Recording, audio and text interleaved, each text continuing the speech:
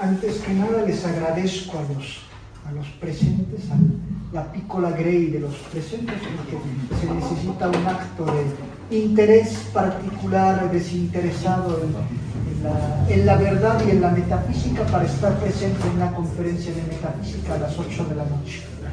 No es el horario más sencillo, ciertamente, pero justamente a diferencia de otras disciplinas, justamente de disciplinas pragmáticas, una ciencia como es la ciencia metafísica es una ciencia que no sirve para nada. Una ciencia que no sirve para nada, no porque sea inútil en el sentido, la comprensión habitual que tenemos del término inutilidad, sino porque la metafísica es fin a sí misma, no sirve para otra cosa ulterior, porque su finalidad la encuentra en sí misma, la contemplación intelectual. Aristóteles, en la ética, una cosa que retoma Santo Tomás, mostraba que la culminación, al menos desde un punto de vista natural, dejando de lado el nivel sobrenatural que es superior, pero desde el punto de vista natural, la felicidad del hombre se realizaba en modo precipuo, en modo eminente, en la contemplación intelectual y en la contemplación intelectual compartida en ámbito de amistad. Y es un poco justamente lo que tenemos propósito de hacer en esta noche, darnos a la tarea de la contemplación intelectual del ser y compartirlo en un ambiente fraterno, amistoso.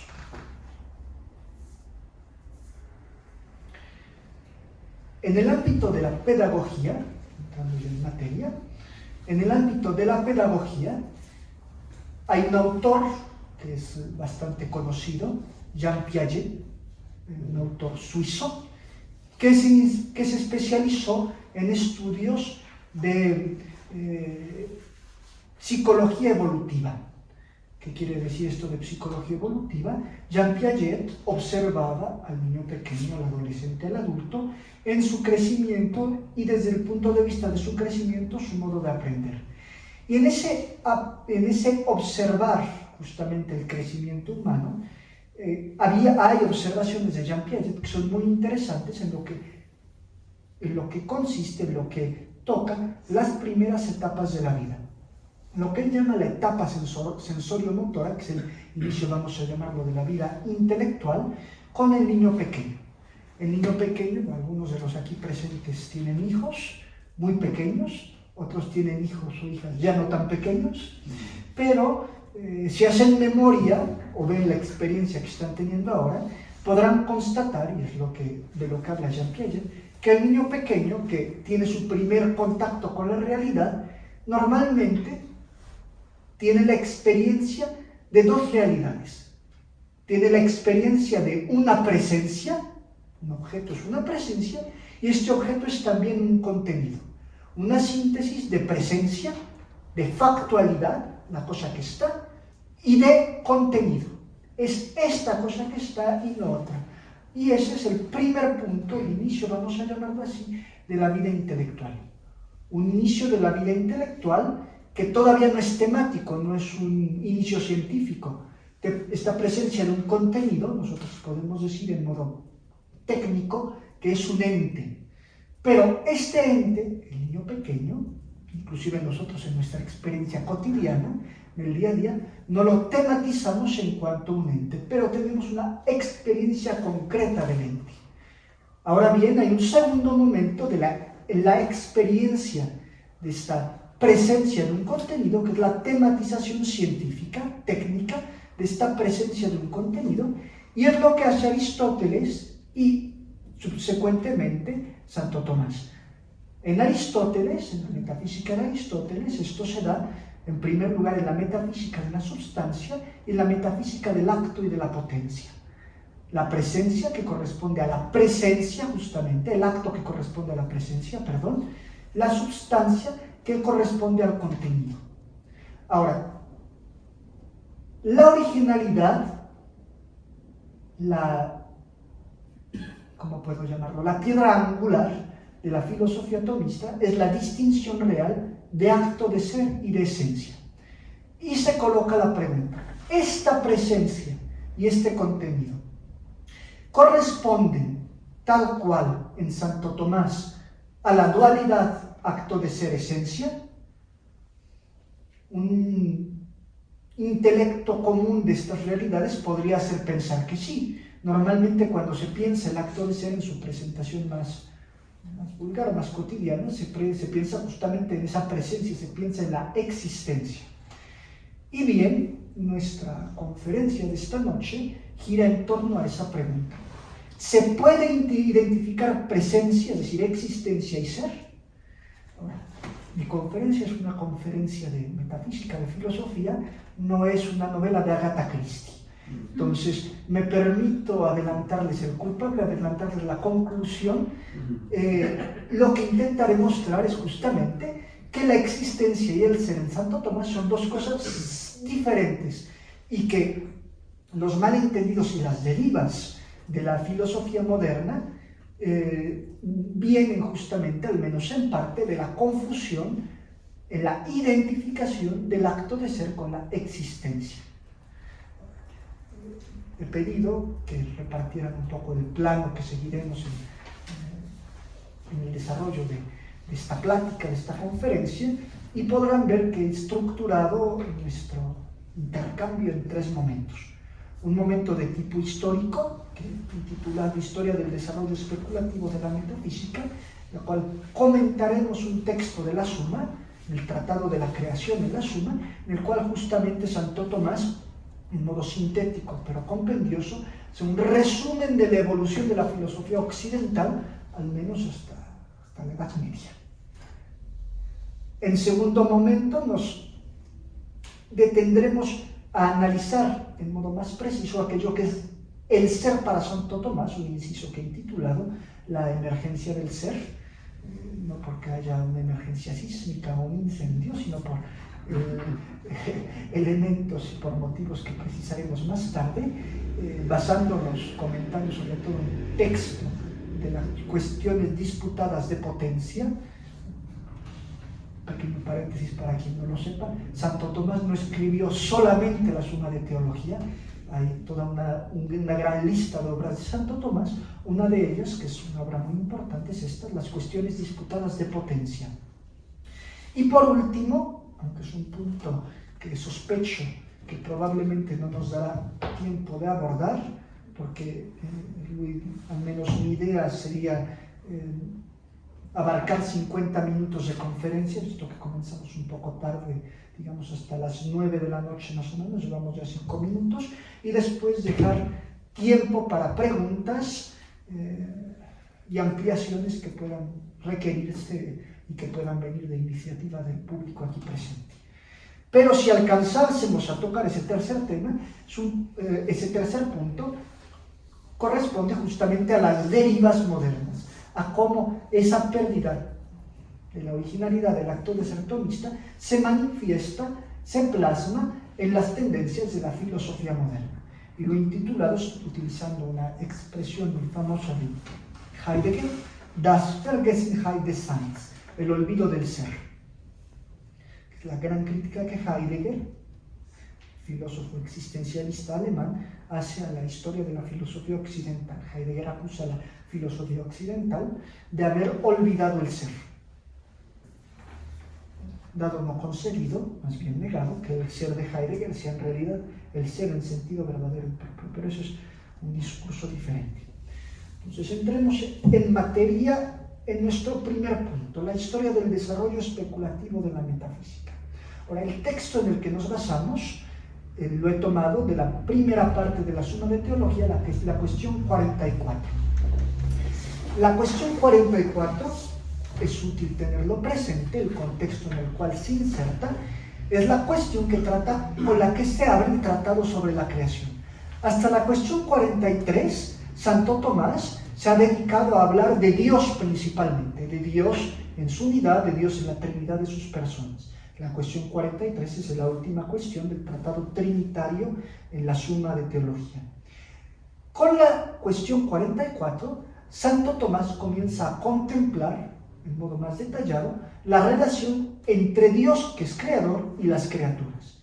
Y es ahí donde justamente, aunque ha tocado ya el tema, hace una reflexión sobre la estructura metafísica, la estructura ontológica, la composición estructural de lo que es la criatura. Y es lo que lo invita a hacer este resumen, que veremos ahora, sobre la historia de la filosofía occidental. Resumen de la filosofía occidental que se va estructurando en tres momentos, que se estructura en tres momentos, cada uno con tres partes. Las tres partes primero, después los tres momentos. Las tres partes corresponden, por una parte, a la estructura interna de la criatura, del ente, como las diferentes etapas de la historia de la filosofía ven los principios constitutivos internos. Después, qué tipos de cambios aprecian en la criatura, segundo momento, en el ente. Y tercer momento de esa estructura tripartita, qué tipo de causa extrínseca asignan a esos cambios, a esas modificaciones. Los tres momentos serán, en modo progresivo, la filosofía presocrática, la filosofía socrática y la filosofía, digamos, tomista. Santo Tomás es muy humilde, no será el mismo como Ito, pero justamente la filosofía de aquellos que llegan a la distinción real entre ser y esencia. Leamos un poco el texto y vayámoslo comentando. Entre las hojas que les han dado, no sé si les dieron, espero que sí, si no, ese error mío que hoy olvidé precisarlo, una traducción de los textos citados. No se los dieron, ¿verdad? No, pues de todos modos yo les voy traduciendo. Gracias por tenernos en tan alto concepto. Bueno, el latín es la lengua cotidiana, ¿no? Entonces, comienza el texto. Responde dicendum quod antiqui philosophi paulatim et quasi pedentim intraverunt in cognitionem veritatis. Respondo diciendo que los filósofos antiguos, los antiguos filósofos, paulatim, poco a poco, et quasi pedentim, como con pasos pequeños, pedentim, intraverunt in cognitionem veritatis, entraron en el conocimiento de la verdad. ¿Cuáles son estas etapas? Pequeña paréntesis, este inicio del texto es un reflejo de un texto que encontramos en la cuestión primera de la Suma de Teología, en el artículo primero, donde cuando Santo Tomás se pregunta sobre la necesidad de que Dios revelase verdades, por ejemplo, verdades filosóficas, como la existencia de Dios, los atributos divinos, que en sí son accesibles a la sola razón, Santo Tomás utiliza una expresión muy semejante y da como motivo que son paucos, post longum tempus, después de mucho tiempo, et cum admixtione multorum errorum, y con una mezcla de muchos errores, que llegan al conocimiento de las verdades filosóficas sin la ayuda de la revelación. Entonces, pequeño paréntesis, subrayar nada más ese paralelismo entre el inicio de este texto y el inicio justamente del primer artículo de la primera cuestión de la Suma. Entonces, primer momento en esa historia de la filosofía occidental. A principio enim, en el principio pues, quasi grossiores existentes, existiendo en un modo más rudo, más rudimentario, menos refinado, non existimaban essentia nisi corpora sensibilia, no consideraban que hubiera entes sino aquellos sensibles, solamente consideraban que había entes de tipo material, de tipo sensible. Está refiriendo a los presocráticos, por ejemplo, Tales de Mileto, que consideraba que todo estaba compuesto de agua y que veía como el principio de todas las cosas el agua. Un ejemplo concreto. Quorum qui ponevant in eis motum, de los cuales, de los movimientos que ponían en estas cosas, no consideraban un motum nisi secundum aliqua accidentia, quiere decir que solo consideraban los cambios accidentales en las cosas, como ut puta, raritatem et densitatem, la evaporación y la densidad, la congregación y la segregación, congregación y segregación. Entonces, primer punto, la estructura. Consideraban solamente, desde el punto de vista de principios estructurantes internos, los elementos corporales sensibles. Después, segundo punto de nuestra estructura tripartita, Los movimientos que consideraban eran solamente movimientos de tipo accidental. Tercer punto, et supponentes ipsam substantiam corporum increatam, y considerando increada la sustancia de aquellos cuerpos, la sustancia material, asignaban aliquas causas suius modi, accidentalium transmutationum. Asignaban causas de este mismo tipo material a estas cambios, transmutaciones accidentales, como puta, amicitia, la amistad, liter, la contradicción, la lucha, intellectum aut aliquid uiusmo, y el intelecto u otras cosas de este mismo estilo. Ulterius verum procedentes, segundo punto en nuestro avance de la filosofía occidental. Ulterius verum procedentes, otros avanzando un poco más. Distinguieron per intellectum, distinguieron a través del intelecto, interformam substantialem et materiam. Ya no estamos solamente en una pura composición material del ente, ahora estamos en una composición que considera también un principio que es inmaterial, la substancia. Distinguieron inter substantiam et materiam. Interformam substantialem et materiam. ¿Quiénes eran estos? Los socráticos, particularmente, Santo Tomás mencionará ahora a continuación, Aristóteles y Platón. Aristóteles y Platón, que llegan a contemplar en el ente ya no solamente la materia, sino un principio inmaterial, la forma. Quarum transmutationum, segundo punto de la estructura tripartita, quasam causas universaliores ponevant. Decían que de los movimientos, de los cambios de estas cosas, asignaban causas más universales. ¿Cuáles eran estos tipos de cambios? Perdón que me los salté. Quam ponevan creatam, et perceperunt, y percibieron transmutationem fierim in corporibus secundum formas esenciales. Se dieron cuenta, percibían cambios en las cosas que ya no eran solamente accidentales, sino que eran cambios esenciales. Cambios esenciales, para quien no lo sepa, es por ejemplo la corrupción y la generación, la muerte y el nacimiento, por ejemplo, el inicio de una cosa y el final de esa cosa. No solamente cambios accidentales, sino cambios esenciales. Y asignaban estos cambios, tercer punto de la estructura, causas más universales. ¿Cuáles? Por ejemplo, Aristóteles, secundum Aristotelem, ut obliquum circulum. El círculo oblicuo es una cosa un poco extraña. En realidad, en la cosmogonía, la cosmología, más que cosmogonía, la cosmología de Aristóteles consideraba que estaba la Tierra, estaba el mundo supralunar y estaba la esfera de las estrellas inmóviles.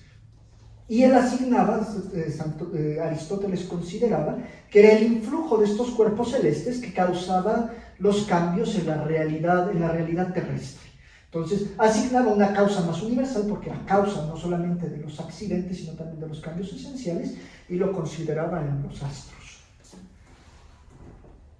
Velideas secundum Platonem, o las ideas, como fue el caso de Platón. Platón asignaba como causa de estos cambios a las ideas.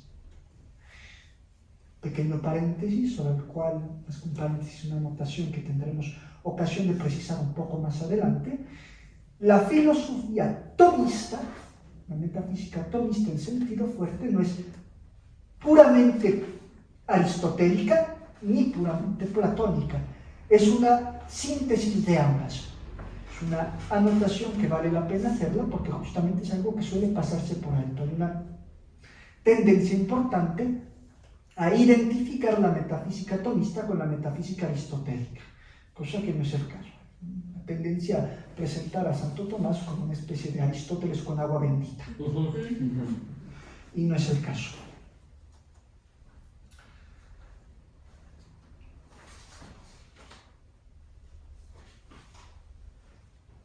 Utrique igitur, me salto parte del texto, pero vamos a lo que nos interesa. Utrique igitur, ambos pues, tanto los presocráticos como los socráticos, consideraron tens particulari, consideraron al ente particular, a un tipo de ente, quadam considerazione, según un tipo particular de consideración. Ver in quantum est tokens, sea en cuanto es este ente concreto, por ejemplo, esta flor, en cuanto es esta flor concreta, individuo singular, en el caso de los presocráticos. Ver in quantum est talens, o en cuanto es tal tipo de ente, el ente material con una forma sustancial, como fue el caso de Aristóteles y Platón. Es una consideración más amplia, pero todavía una consideración que no alcanza, no abarca toda la amplitud posible. Y punto común de estos dos tipos de consideración, estos autores consideraban la materia como increable, justamente porque tenían una consideración que todavía era parcial del ente. Y llega el tercer momento de nuestra evolución de la filosofía occidental, et ulterius aliqui erexerunt, y yendo más allá, algunos se levantaron, erexerunt, surgieron. Aparece ya el tema de la emergencia, de levantarse. Erexerunt sea considerandum mens in quantum est ens. Se erigieron, se levantaron a la consideración del ente en cuanto es ente, es decir, el ente en toda su universalidad. Et consideraverum causam rerum, y consideraron la causa de las cosas, non solum secundum quod sunt ec veltalia, no solamente según que son esto o de tal género, en cuanto es la flor o en cuanto que es el ente material. Sed secundum quod sunt ensia, sino en cuanto que son entes. Este punto es importante porque quiere decir que el tipo de cambio que considerarán ya no será el cambio accidental, ya no será tampoco el cambio sustancial de la generación y de la corrupción, sino que a este nivel de consideración del ente se podrá considerar el ente en la totalidad de su producción, que será la creación, de donde la razón de ser de este texto en el Tratado de la Creación. Hoc igitur des causa rerum, tercer momento de la estructura tripartita, aquello que es causa de las cosas, in quantum sunt ens, en cuanto que son entes, o portetese causa rerum. Necesita ser, conviene que sea la causa de las cosas. Non solum secundum quod sunt talia, no solamente en cuanto que son tales, la flor, per formas accidentales, por las formas accidentales, nec secundum quod sunt ec per formas substanciales, ni en cuanto son tales por las formas substanciales, sed etiam secundum omne, sino también según aquello, según todo aquello, omne ilut, quod pertinet ad esse illorum quocunque modo, sino según todo aquello que les pertenece, que atañe a su ser en cualquier modo posible. Y a este nivel, la causa universal única será Dios, causa total del ente. Entonces, tres momentos en la evolución de la filosofía occidental. Ahora, entra la pregunta sobre el aliqui en el erexerunt, aliqui erexerunt. ¿Quiénes son estos aliqui de los que hablan Santo Tomás? De los que habla Santo Tomás. Aquellos que justamente comienzan a distinguir el ser de la esencia y llegan a la formulación justamente de una metafísica del ente en cuanto ente. En un primer lugar, pero todavía en modo rudimentario, será el filósofo árabe Avicena, Ibn Sina, que se transliteró a Avicena porque justamente los medievales entendían muy bien el árabe, entonces lo de Ibn Sina no les sonaba y lo transliteraron como Avicena, perdón, lo conocemos como Avicena. Ibn Sina. Pero estos autores todavía en un modo parcial. En realidad, el único autor que llegó a una comprensión plena de la originalidad del ser y de la esencia fue Santo Tomás, por motivos que mencionaremos ahora. Avicena, la comprensión a la cual llegaba del ser y de la esencia, consideraba al ser como una especie de accidente de la esencia, justamente consideraba al ser como la existencia, como la presencia de la cosa. Y ha llegado a una terminología, se las digo nada más por cultura general, Avicena distinguía entre el esse ratum, el ser fijo, no sé cómo llamarlo, como traducción en español, esse ratum, que era la esencia, y el esse stabilitum, el esse ser establecido, que era la existencia. Y esa existencia venía a agregarse a la esencia como una especie de accidente a posteriori. Ahora, Santo Tomás considera el ser desde un punto de vista superior. Justamente, Santo Tomás llega a una comprensión en la cual el ser ya no se identifica a la existencia. Pero, ¿cuáles son los argumentos a través de los cuales Santo Tomás llega a la distinción entre el ser y la esencia? Son tres fundamentalmente los argumentos que se van repitiendo a lo largo de las diferentes obras de Santo Tomás. Un primer argumento que Santo Tomás utiliza en sus obras de juventud y que después abandona, porque es un argumento que es todavía muy dependiente justamente de la visión aviceniana de la metafísica, es un argumento que se llama ex intellecto essentia, es decir, que procede del intelecto, del modo de comprender la cosa. Es un argumento que se encuentra en una obra de juventud de Santo Tomás, el De Ente et Essentia. Y ese argumento consistía en decir, ¿cómo l'ente, la cosa, la podemos pensar como no existente? Podemos pensar la esencia de la cosa y podemos pensar esta esencia de la cosa como no existente. Esto nos indica ya, un poco presentándolo en términos rudimentarios, pero para darnos a entender, esto nos indica ya que hay una distinción entre la cosa y su existencia, y su ser. Porque podemos considerar la cosa, puedo yo, por ejemplo, perdón que te utilizo como ejemplo, yo puedo considerar la idea de Luis, la esencia de Luis, haciendo abstracción de su existencia. Lo que me indica que la existencia de Luis no es un elemento esencial, no es una nota esencial de Luis, o sea, no es algo que siga de la esencia de Luis, sino que es realmente distinto de Luis. Esa consideración de la esencia la posibilidad de una consideración de su no existencia. Este argumento Santo Tomás en sus obras de la madurez no lo retomará porque justamente esta concepción, que no es completamente falsa, pero esta concepción identifica al ser con la existencia. En las obras posteriores, Santo Tomás utilizará un argumento explícito, el argumento de la perfección separada, ahora explicaré de qué va, es un argumento fuertemente platónico, y por otra parte un argumento que utiliza a veces en modo implícito pero real, que es el argumento del el acto no se limita sino por una potencia que es realmente distinta de él. Explico los dos en un poco más de detalle. Déjenme ver cómo vamos de tiempo. Estamos bien, relativamente. Argumento de la perfección separada. Este argumento, que lo hallamos en los principales textos de Santo Tomás, en los cuales aparece la distinción real de ser y esencia, por ejemplo, en la cuestión tercera de la Suma de Teología, en el artículo 4, consiste en decir que cuando existe una perfección, esa perfección considerada en modo absoluto no puede ser más que una sola. Es decir, Santo Tomás da varios ejemplos, uno de ellos el fuego.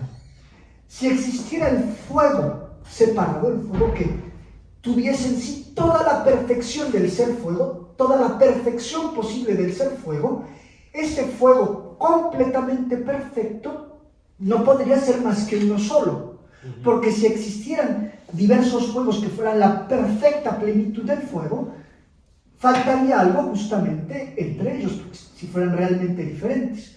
Eso implica que cuando existe una perfección al estado puro, esa perfección al estado puro no puede más que ser única. Argumento de la perfección separada. Ahora, el ser es un tipo de perfección. Ese tipo de perfección, en su pureza entera, su pureza separada, que se da en Dios, no puede más que existir en uno solo. El ipsum esse, el mismo ser subsistente, el ipsum esse subsistens, no puede ser más que uno solo. Es una ley metafísica inviolable. Ello implica que aquellos otros que tienen el ser no podrán ser el ser en plenitud, sino que lo deberán tener en modo coartado.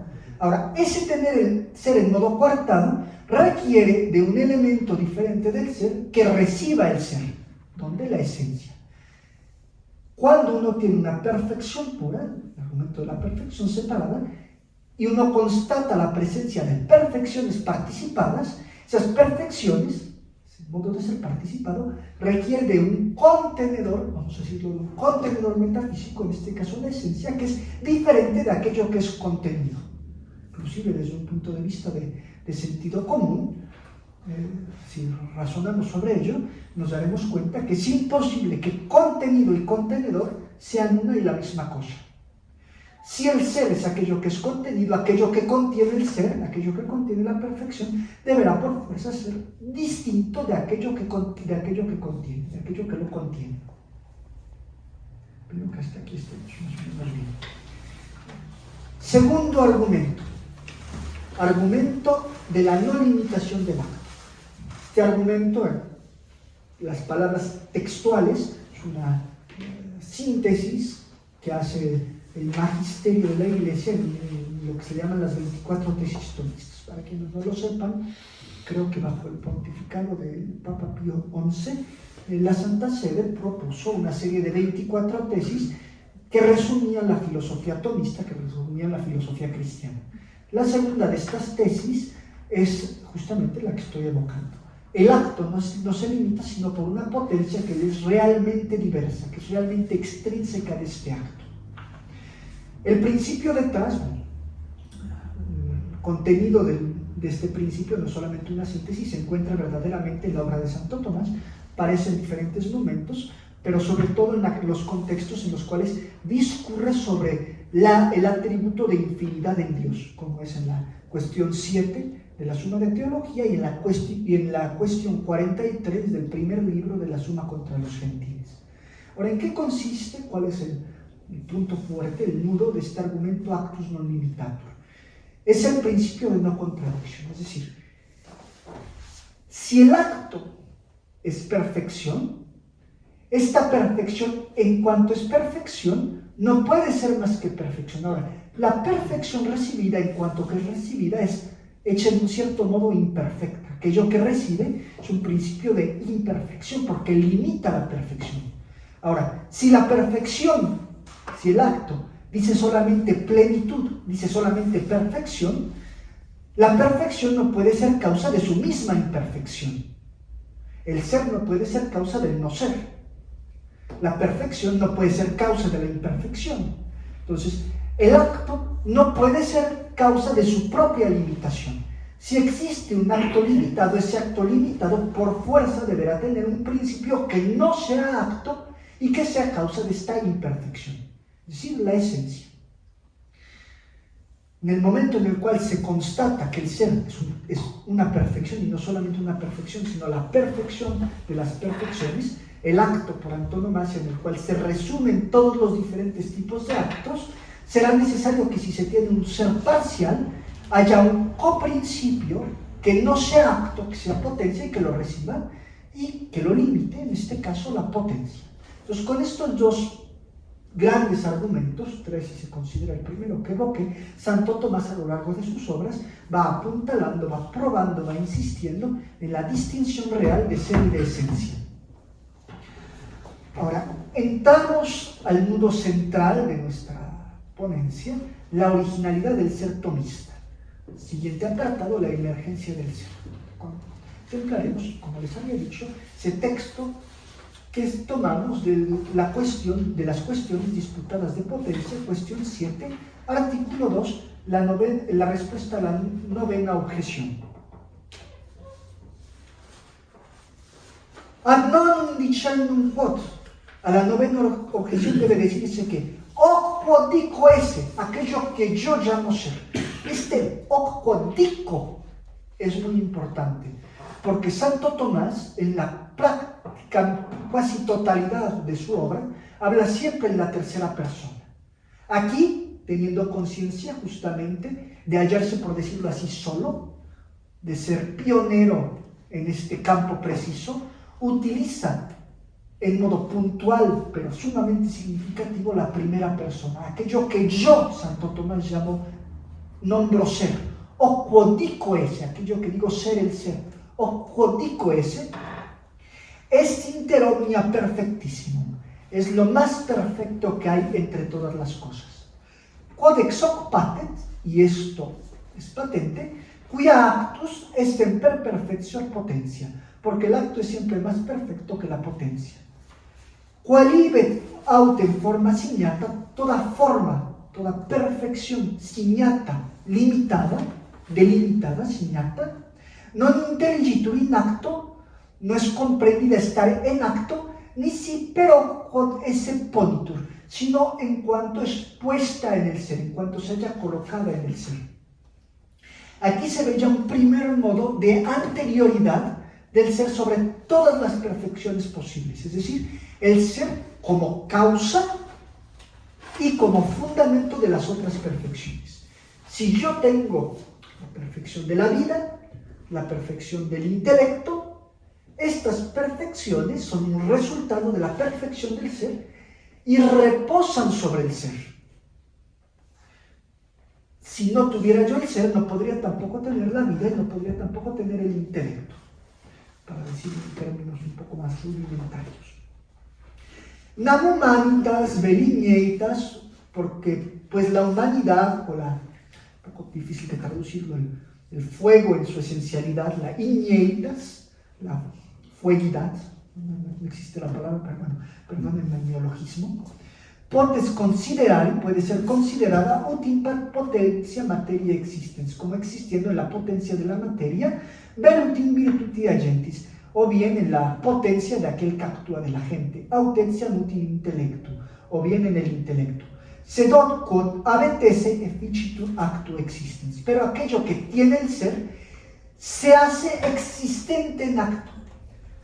Este inciso, antes de ir adelante, es fundamental, se pasa, los tomistas lo pasan a veces fácilmente de largo, pero aquí aparece ya en modo discreto pero real la distinción entre la existencia y el ser, porque el ser aparece como la causa de la existencia.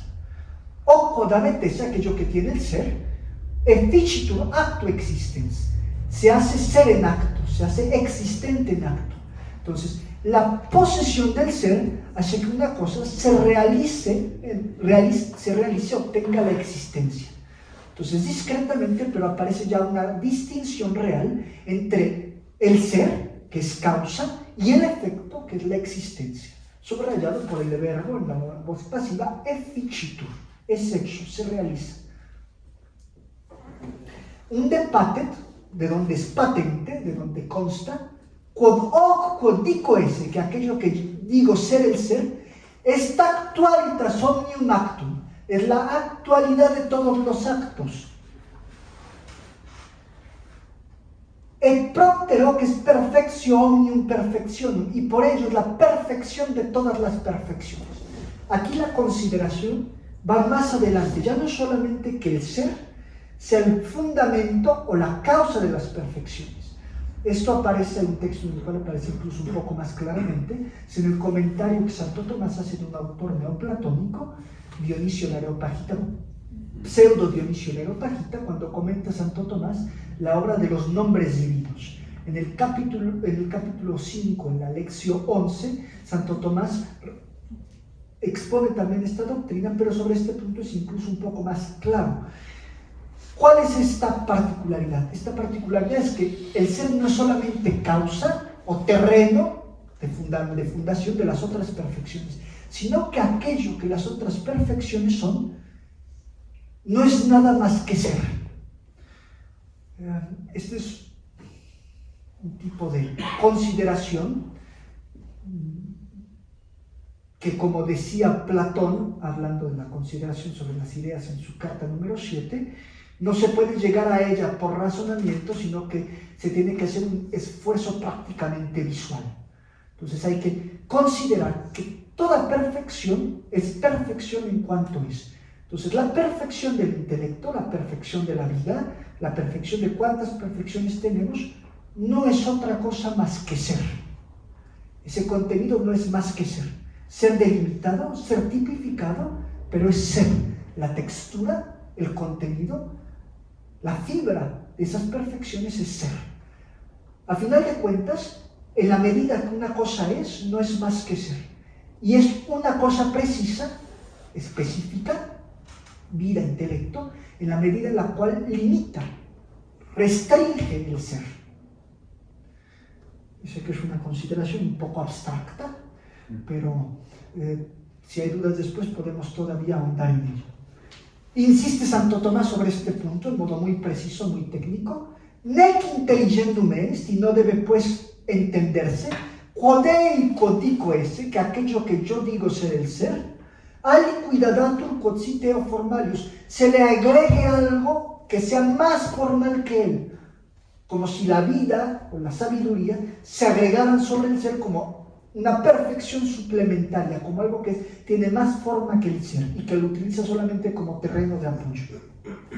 Ipsum determinans, determinando al ser, sicut actus potentiam, como el acto a la potencia. Ese enim quod cuius modi est, el ser que es de esta manera, estaliut secundum essentiam habeo cuiaditur determinandum. Es otro, según su esencia, de aquello que se le agrega para determinarlo. Nihil autem, nada pues, potestadia desse quod sit extraneum ab ipso, nada puede agregarse al ser que sea extrínseco, que sea extranjero, que sea alieno al mismo ser. Como portar la consideración al extremo. Un ejemplo que quizás pueda ayudar, pensaba educarlo más tarde, pero que puede ayudar ahora, es el ejemplo del color y de la luz.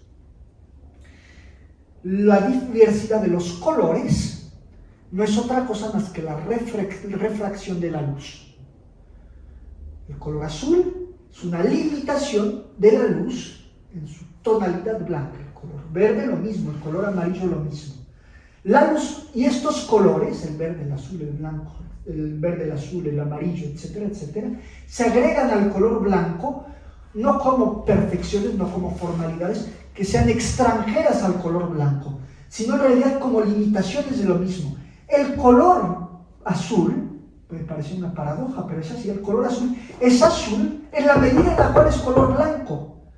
Más bien, el color azul es color en la medida en la que es blanco, y no es color en la medida en la que es azul. Esta consideración, eso vale a nivel universal para el ser y todas las perfecciones. Nihil autem potest, nada puede agregarse al ser que sea extraño, que sea extrínseco al ser, cum habeo, dado que de él nada será extraño sino el no ente, el non ens, quod non potest esse no forma ni materia, que no puede ser ni materia ni forma.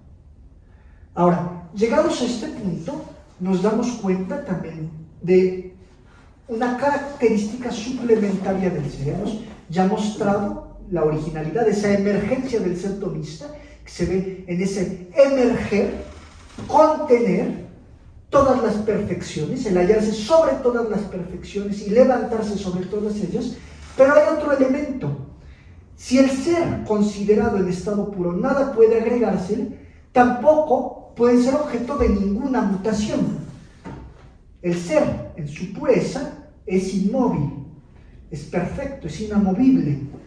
De donde Santo Tomás, hablando del ser, en la Suma contra los Gentiles del libro primero, capítulo 20, lo describe diciendo: ese es taliquid fixum et quietum inente. El ser es algo fixo, fijo y estable, quietum, en el ente. Esta quietud, estar fijo del ente, son características esenciales para reconocer al ser tomista. Porque nosotros en nuestra experiencia cotidiana podríamos tener la tentación de ver al ser de otra manera. Vemos la corrupción, vemos la generación, justamente la presencia y la ausencia de las cosas que parecen estar sujetas a una mutación. Entonces aparece una aparente mutabilidad del ser.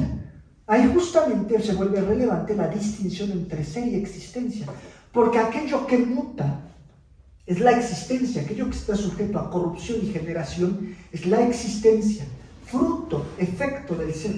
El ser es incorruptible. Una vez que Dios crea el ser, del ser a una criatura, ese ser no se corrompe, nunca deja de existir, al menos que Dios lo aniquile. Pero sería una aniquilación directa por Dios, no un cambio a nivel de la creación. Esto Santo Tomás lo manifiesta en modo muy claro en un texto también de la Suma contra los Gentiles, donde hablando justamente de cómo puede ser esa permanencia del ser cuando vemos los cambios, por ejemplo, en los seres materiales, dice, virtute essendi, o más bien dice, virtus essendi, la fuerza del ser, consequitur in eis, consiguen ellos, victoria forme super materia, una victoria de la forma sobre la materia. Cuando se corrompe la forma en la corrupción de las cosas materiales, queda detrás el ser que después vendrá a ser limitado, ese ser puramente material, el ser de las cosas materiales, por una nueva forma sustancial. Pero el ser en realidad nunca se corrompe ni nunca se genera después de haber sido creado. Es, para aquellos que tengan algún recuerdo, yo mis recuerdos de las ciencias exactas en la preparatoria son recuerdos vagos, imprecisos, prácticamente merecerían que volviese a cursar yo la preparatoria.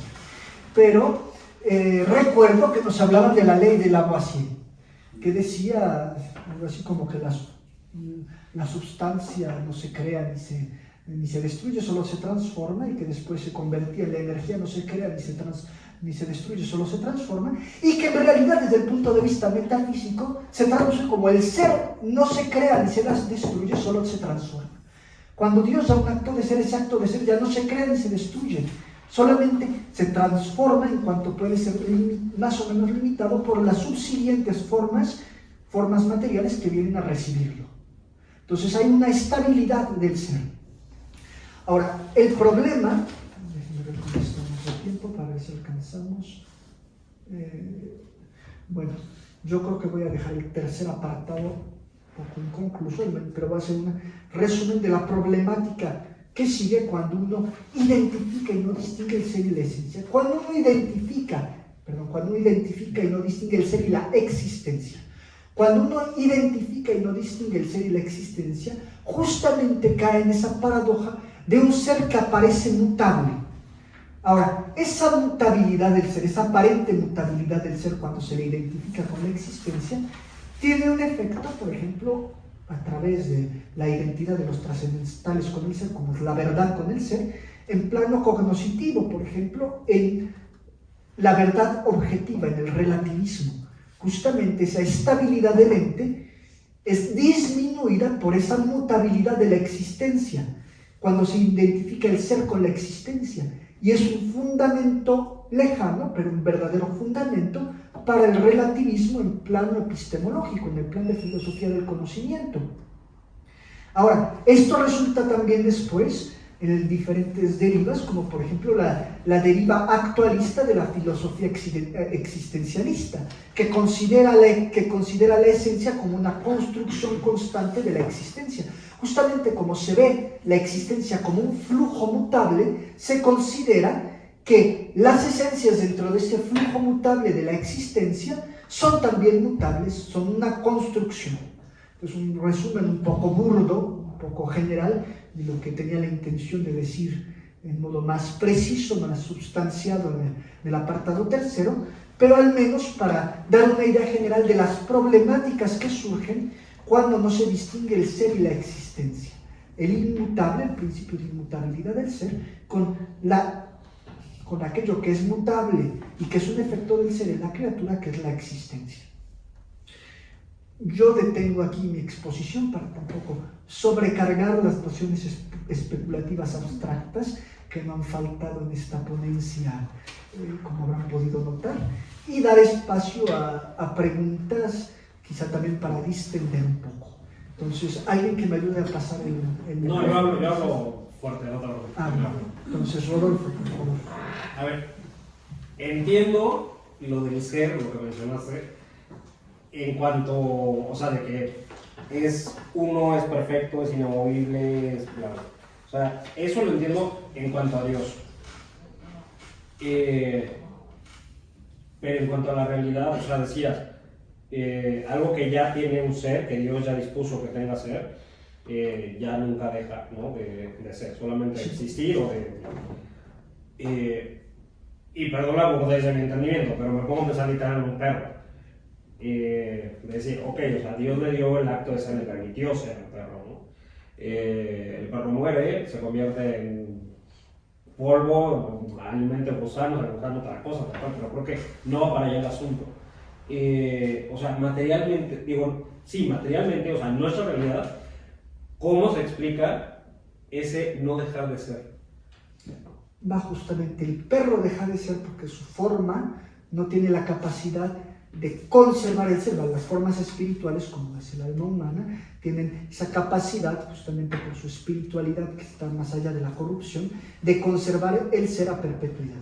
Ahora, en este tipo de formas, que son las formas materiales, como el perro que mencionas, ese ser, cuando de repente el perro se corrompe, tienes el cadáver, tienes los gusanos, todo eso, ese ser se difracta, vamos a decirlo así, se fragmenta y obtiene esencias que lo limitan.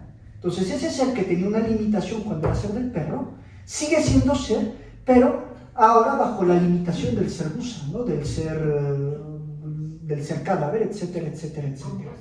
Composto. Entonces, pero ya no es perro. Ya no es perro, pero porque ese ser era virtualmente más o menos que el ser perro. Es decir, el ser en cuanto tal es uno y el mismo.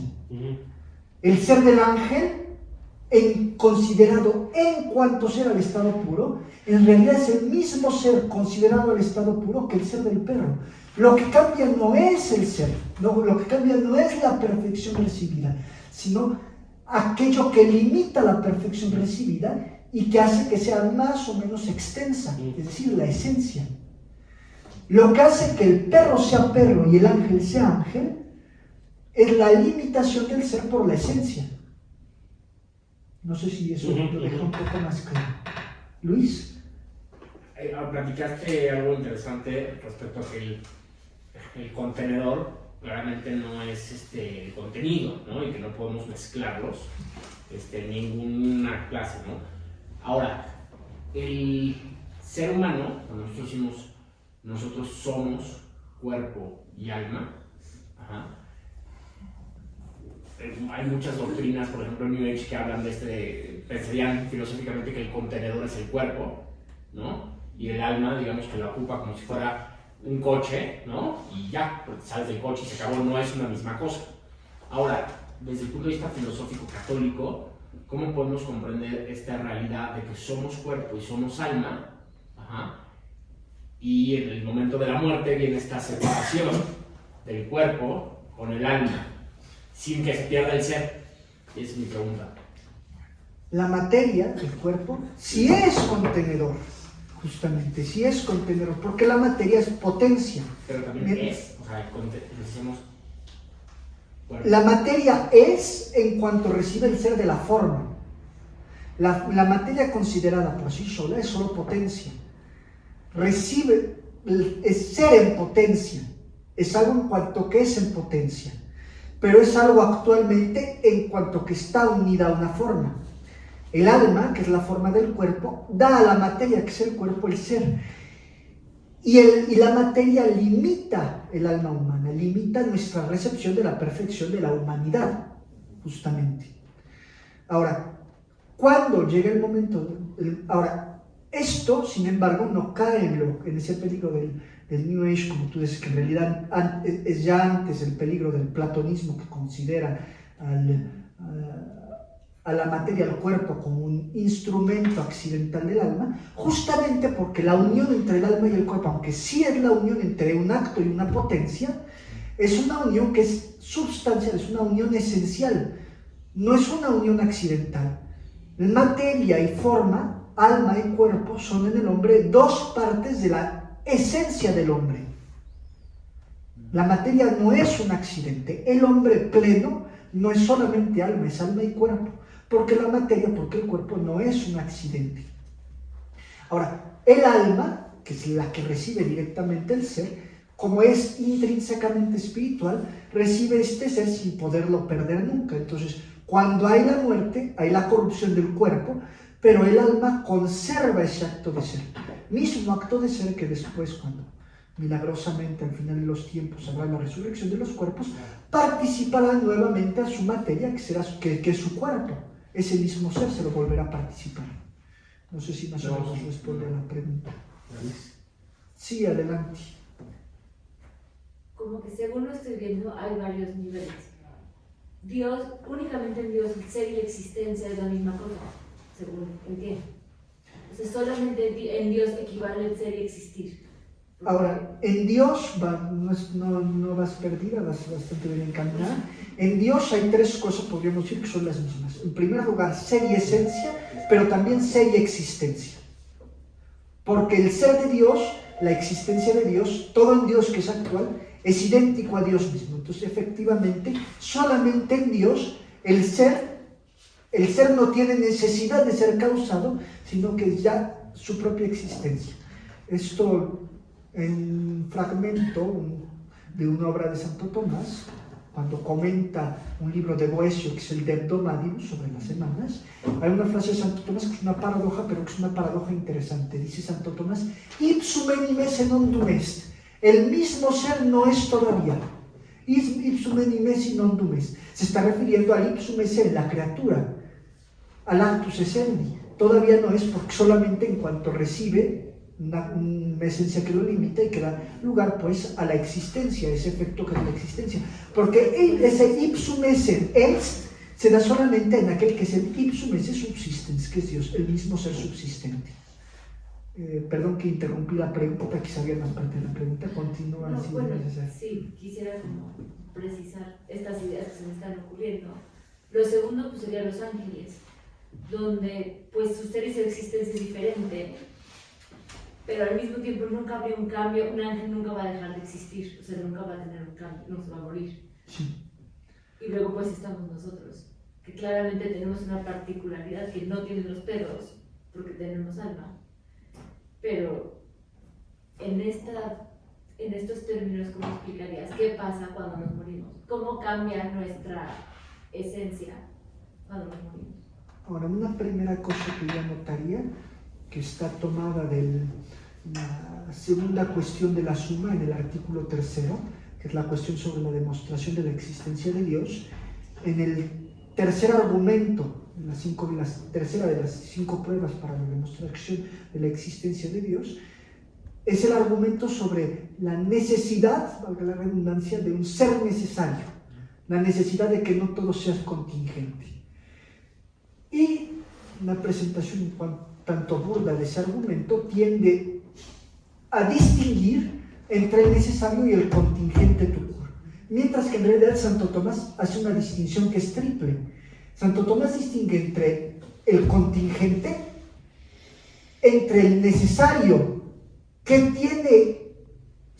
tiene su necesidad causada por otro, es decir, que no ha sido siempre, pero que una vez que comienza a ser, es necesario que siga siendo, y aquel que es necesario y que no tiene su necesidad causada por ningún otro.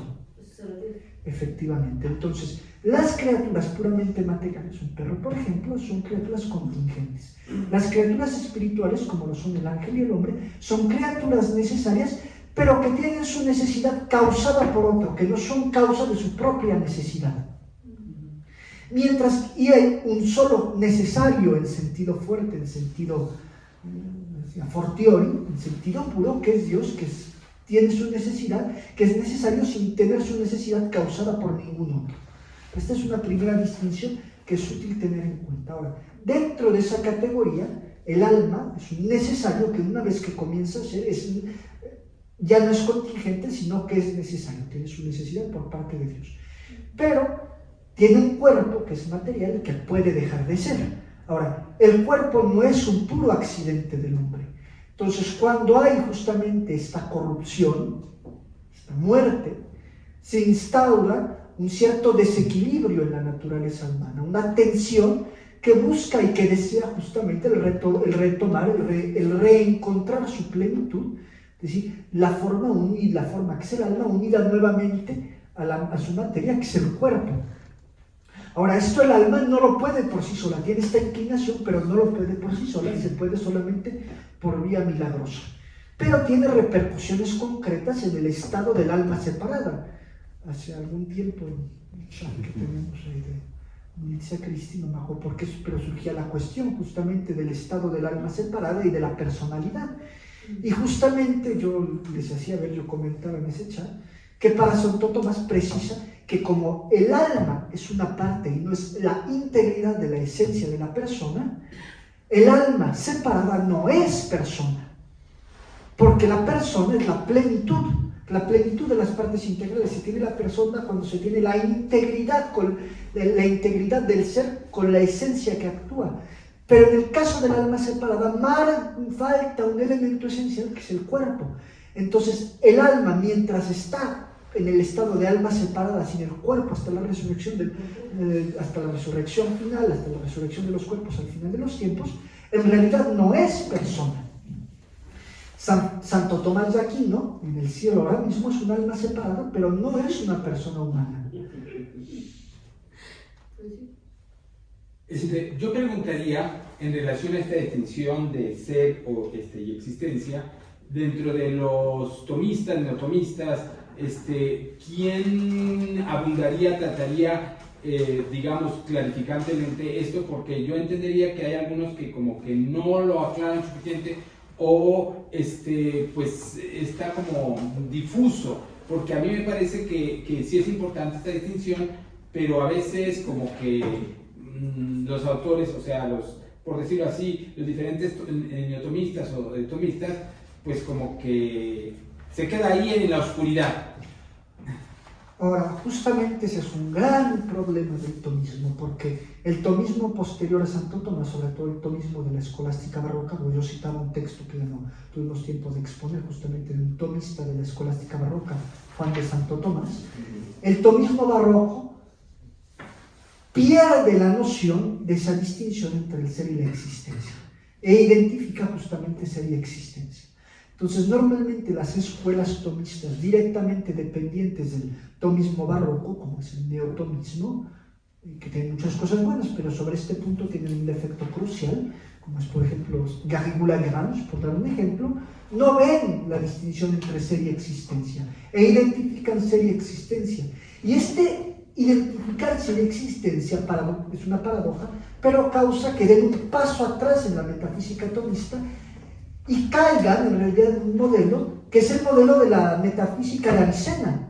En realidad, la distinción real de ser y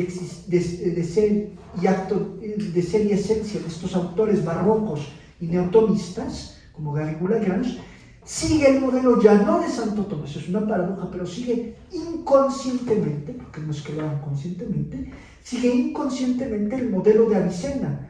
El ser comienza a aparecer como un accidente de la esencia y se reduce a la presencia de la esencia, a la factualidad de la esencia.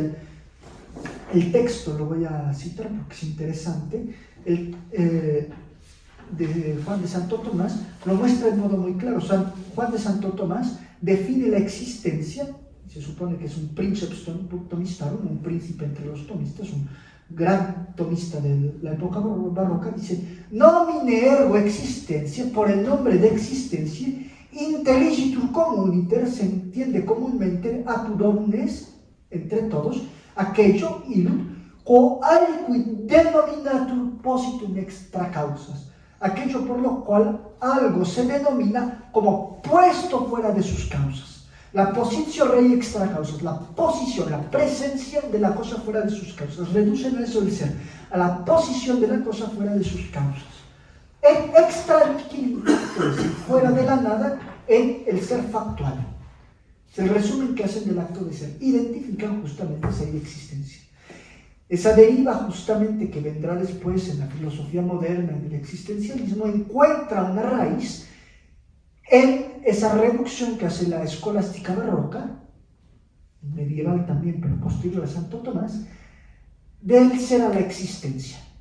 Pero, por ejemplo, digamos, si hablamos de Cornelio Fabro, de Gilson, o de Novato, justamente es una buena precisión.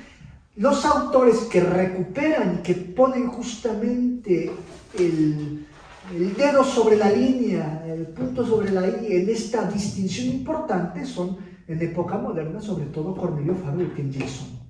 Y los autores que siguen a Cornelio Fabro y Etienne Gilson, justamente.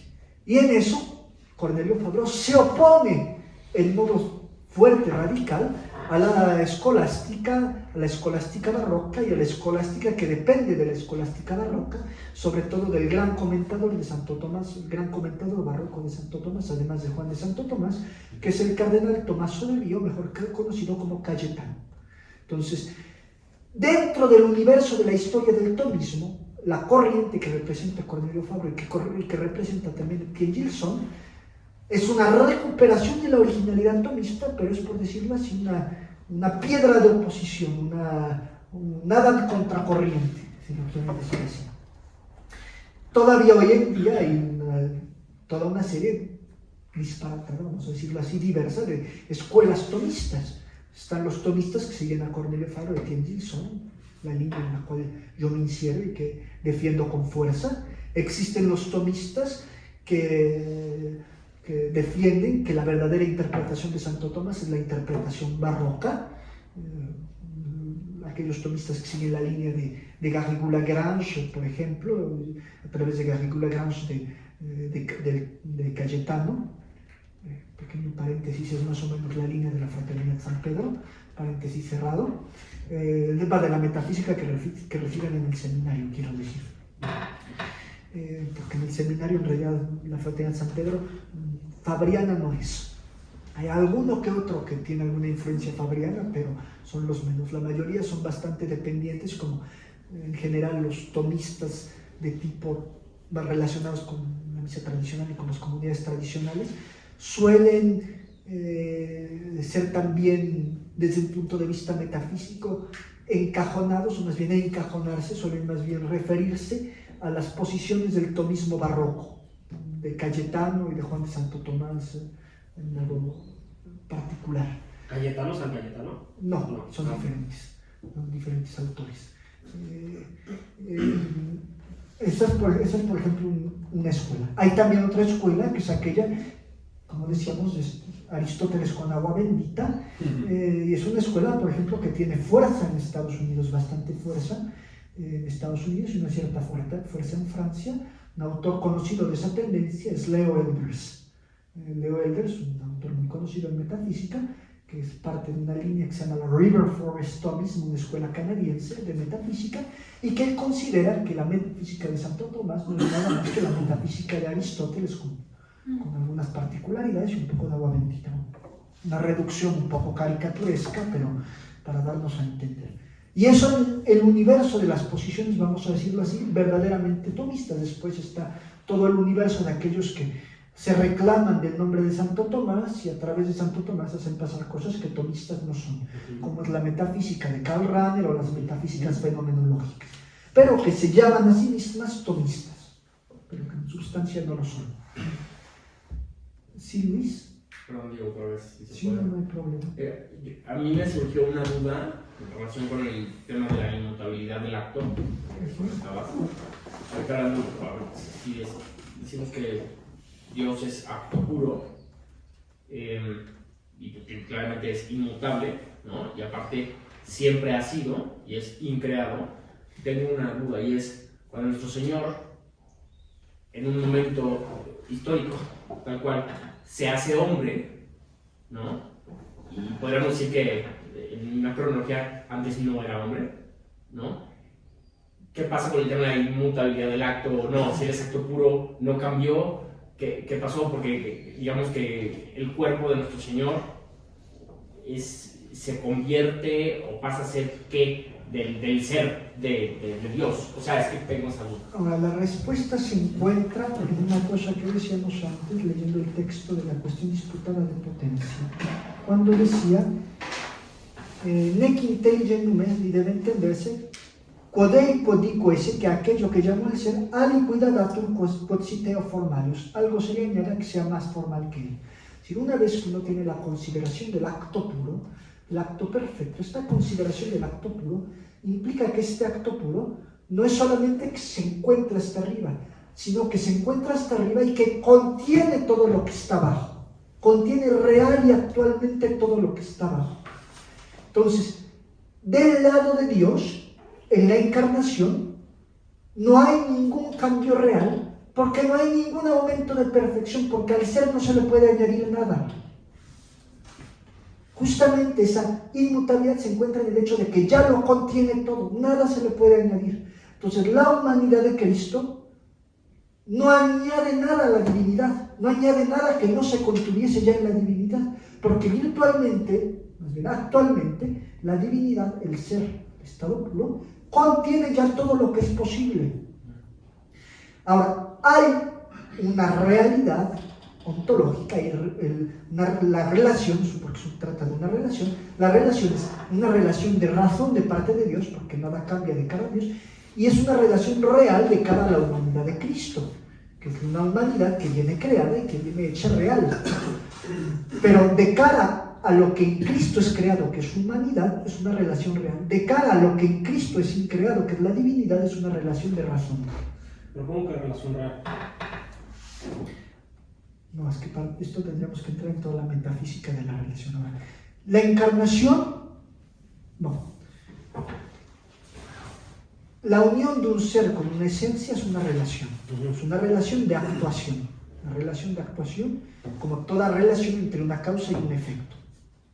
Ahora, la encarnación es un tipo de relación que se llama la unión hipostática. La encarnación es la relación de la unión hipostática, una relación entre Dios que asume y la humanidad que es asumida. Ahora, esta relación, que es la unión hipostática, de cara a Dios es una relación puramente de razón, por lo que decíamos, que no agrega nada a la riqueza divina. De cara a la humanidad es real porque le da todo a la humanidad. Para empezar, la crea la humanidad en nuestro Señor. Entonces ya desde ese momento es una relación real. La crea y la une así, relación de asunción. La cosa es mucho más compleja, tendríamos que entrar en el tratado de la encarnación, que sería una cuestión que podría dar varias conferencias suplementarias, pero digamos que así, en grosso modo, resumido en pocas palabras, es eso. Podemos todavía tomar una pregunta más si alguien gusta y después, por bien de nuestra sanidad y de lo tarde que es, yo creo que cortamos para tampoco sobrecargar. Si alguno más tiene una pregunta, si no lo dejamos aquí, que tampoco se trata de preguntar a la fuerza. Bueno, yo preguntaría la cuestión del, o sea, no sé, el lado platónico de Santo Tomás, que muchas veces se hace un lado y se mencionó en la conferencia que dio. Sí. Como era mucha la materia que tenía que dar, efectivamente hay aspectos que quedaron un poco o bastante en las sombras. Esa relación se encuentra en la participación. Ahora, Santo Tomás hereda dos estructuras metafísicas, una de Aristóteles y otra de Platón. De Aristóteles hereda la inmanencia de la causalidad, es decir, que la cosa posee dentro de sí, y no en un modo puramente exterior, su propia perfección, la estructura del acto, de la causalidad del acto. De Platón hereda la estructura de la participación, justamente de esa consideración de la perfección pura y de cómo se halla limitada y de la relación necesaria entre la participación limitada y la participación pura. La participación limitada es participación limitada en cuanto que recibe y depende de la participación pura. Esa estructura la hereda no de Aristóteles, la hereda de Platón. Y de los autores son, más que directamente de Platón, de los autores neoplatónicos que Santo Tomás comenta. Santo Tomás no comenta nada más a Aristóteles, cosa que se le olvida a los tomistas que dicen que Santo Tomás es Aristóteles con agua bendita. Santo Tomás comenta autores neoplatónicos como son el pseudo Dionisio la Areopágita, pero también como es Proclo, autor neoplatónico, verdadero autor del Librum de Causis, del Liber de Causis, del libro de las causas. Santo Tomás lo comenta, y en realidad